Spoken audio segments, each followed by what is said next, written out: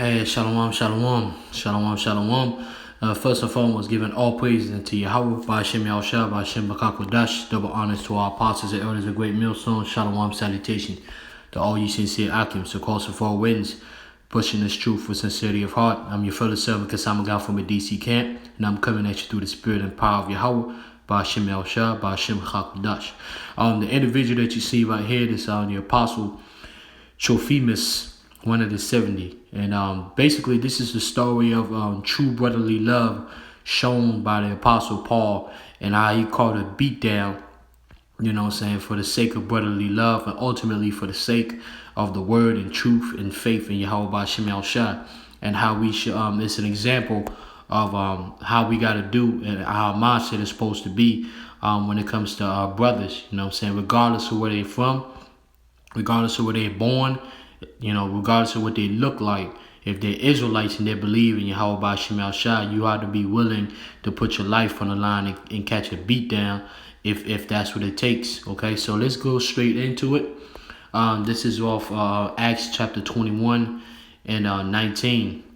It says, this is Paul in Cyprus, in Asia Minor, going from Cyprus to Syria. And when he declared, it's like Acts 21 and 19. Well, as a matter of fact, I'm going to start at 18. And the day following, Paul went in with us unto James, and all the elders were present. And when he had saluted them, he declared particularly what things the Most High had wrought among the Gentiles by his ministry. Right? It says, and when they heard it, they glorified the Lord and said unto him, Thou seest, brother, how many thousands of Jews there are which believe. They are all zealous of the law.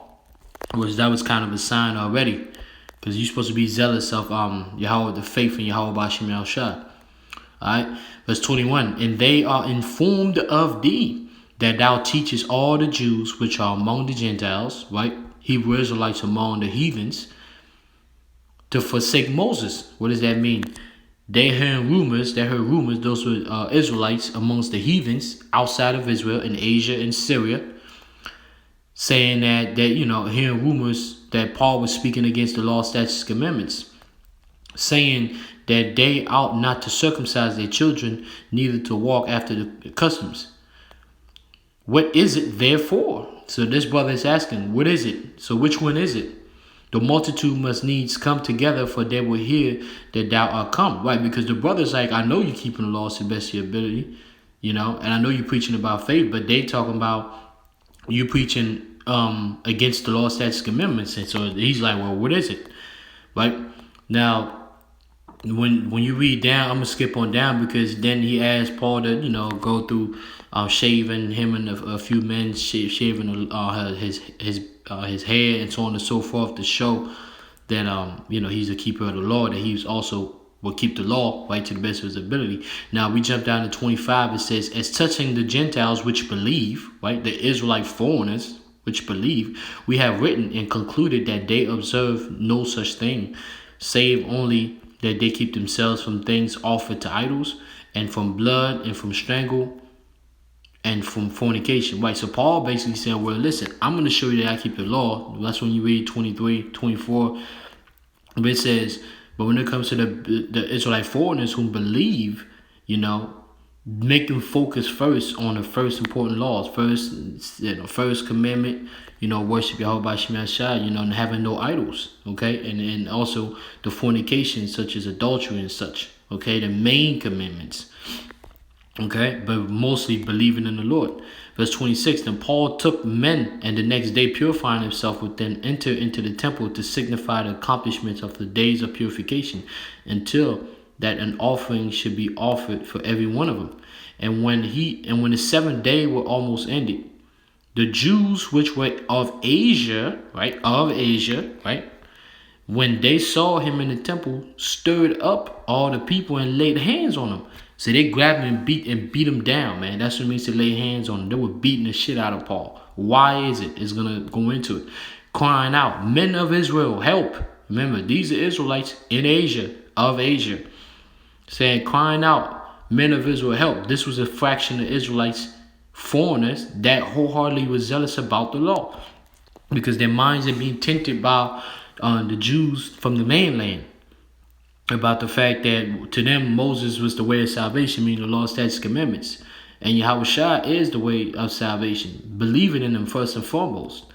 It says, verse 28, crying out, men of Israel, help. This is the man that teacheth all men everywhere against the people and the law in this place, and further brought Greeks also into the temple and have polluted his holy place. So they're saying, hold up, man, you know, they're going against Paul, saying he's breaking laws and he's bringing Greeks, meaning he's bringing heathens, when they know that those guys weren't heathens. They were Israelites, you know, that was from Greece and had picked up the Greekish customs. Right, but they had changed. They've become new men. Okay, they've come back to the flock, and this is the main reason why. Verse 29: for they, right, the people, for they had seen before with him in the city Trophimus, an Ephesian, whom they supposed that Paul had brought into the temple. See that? And all of the city was moved, and the people ran together and took Paul and drew him out the temple, and forthwith the doors were shut. And then after that, you proceed to read and say how they were beating him up real bad because they perceived that he was in the temple with Trophimus. So who is Trophimus? Now, when you look up Trophimus, I'm gonna show you something, some omen through the spirit and power of Yahweh by Shemel Shah. When you look up Trophimus. Trophimus mean right here. Trophimus in the Greek, it means nutritious, right? And nutritious meaning nutrition, like food, right? Now check this out. Trophimus, you know, meaning nutrition or food. And remember, he was a Greek, right? He was a Greek. That's why his name was Trophimus. He was a Greek, meaning he came from a Greekish background, right? But he was a believer in Hamashiach Yahushua. So this, he was moving around with Paul preaching the word, right? His name Trophimus means food. Now, when you go to Acts 11, Acts the 10th chapter, right? And you start in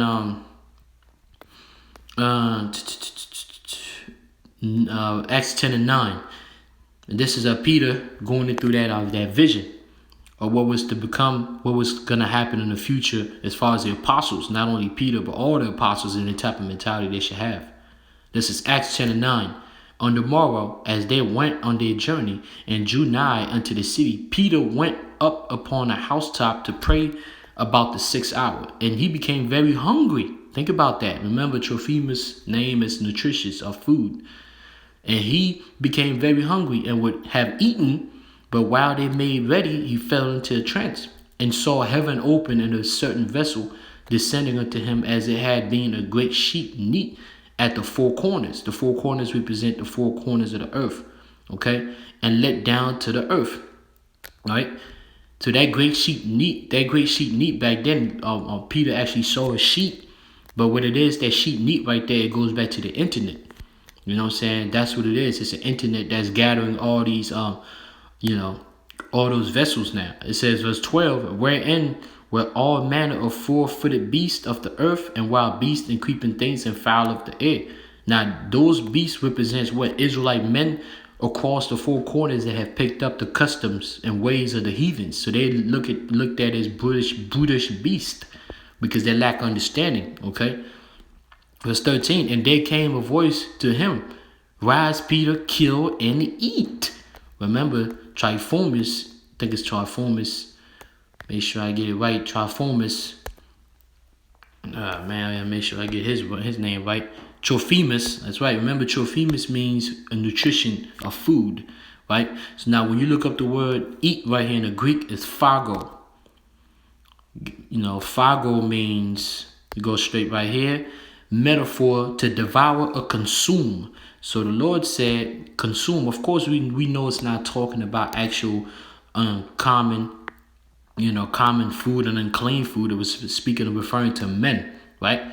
So but how do you consume men? Well, you look up the word consume. The word consume, when you go all the way down, calm means together. Sumere means to take together. Now, when you even go deeper in the word sumere, S-U-M-E-R-E, it's from sub, under, right?